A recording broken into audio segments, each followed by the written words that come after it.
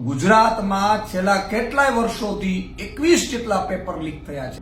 આ આખા દેશ માટે શર્મનાક ઘટના છે। 22-23 લાખ બાળકો અને એમના પરિવાર જે 2 વર્ષથી છેલ્લાથી મહેનત કરતા હતા, રાત દિવસ મહેનત કરતા હતા, કોઈ રજાઓ ન લીધી, કોઈ તહેવારો ન ઉજવ્યા, એવા બાળકો જે 2 વર્ષથી મહેનત કરીને, એમના પરિવારજન મહેનત કરીને જે પરીક્ષા આપી છે, શું એમને પોતાના પાસ કરાવવા માટે આ કર્યા છે?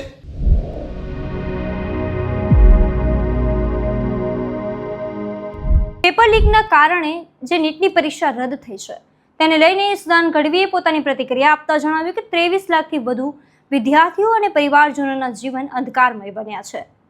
નમસ્કાર, તમે જોઈ રહ્યા છો ગુજરાત પ્લસ ન્યૂઝ અને હું છું મમલ। તાઓ સાંભળીએ વધુમાં ઈશુદાન ગઢવી શું કહી રહ્યા છે। જે રીતે નીટની પરીક્ષા પેપર લીકના કારણે રદ થઈ છે, પેપર લીક કરવા વાળાના ચમરબંધીઓ કોઈ પકડાતા જ નથી, અને એમના પરિવાર જે 2 વર્ષથી છેલ્લાથી મહેનત કરતા હતા, રાત દિવસ મહેનત કરતા હતા, કોઈ રજાઓ ન લીધી, કોઈ તહેવારો ન ઉજવ્યા, એવા બાળકો જે 2 વર્ષથી મહેનત કરીને, એમના પરિવારજન મહેનત કરીને જે પરીક્ષા આપી છે, ના એના માટે માત્ર નથી, આ આખા દેશ માટે શર્મનાક ઘટના છે। તમે વિચાર કરો, ગુજરાતમાં છેલ્લા કેટલાય વર્ષોથી 21 જેટલા પેપર લીક થયા છે। આ જ સિસ્ટમ કોઈએ કેન્દ્રમાં લાગુ કરી છે। હવે કોના કારણે લાગુ કરી છે ખબર નથી। શું એમને પોતાના પાસ કરાવવા માટે આ કર્યા છે? જેમ ગુજરાતમાં પણ કેટલીક ભરતીઓમાં પોતાના પાસ કરાવવા માટે, મળતીઓને પાસ કરાવવા માટે પોતે જ લીક કરાવતા એવું ઘટના બની છે। આજે તમે જુઓ, ગુજરાતમાં આટલા પેપર લીક થયા, કોઈ મોટી સજા નથી। અમે પેપર લીકનો વિરોધ કર્યો તો અમને બહુ મોટી સજાઓ થઈ હતી, જેલમાં ગયા હતા। પેપર લીક કરવા વાળાના ચમરબંધીઓ કોઈ પકડાતા જ નથી। એ સેમ સિસ્ટમ કેન્દ્રમાં લાગુ થવા માંડી છે।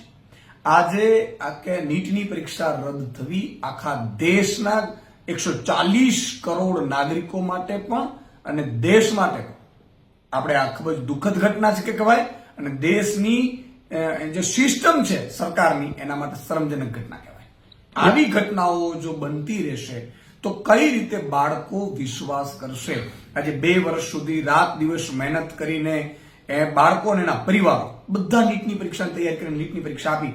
શું તમને લાગે છે એ જે બાળકો નીટની પરીક્ષા આપી ચૂક્યા હશે, બીજા દિવસથી એટલા મોટો હાશકારો મેળવ્યો હશે અને એ એન્જોય કરતા હશે ત્યારે વેકેશનનું, ત્યારે આ બાળકો ઉપર ફરીથી વ્રજઘાત થઈ ગયું, ફરીથી પરીક્ષા આપવી પડે તો ફરીથી એ બાળક નીટની પરીક્ષા માટે કેટલો તૈયાર થશે?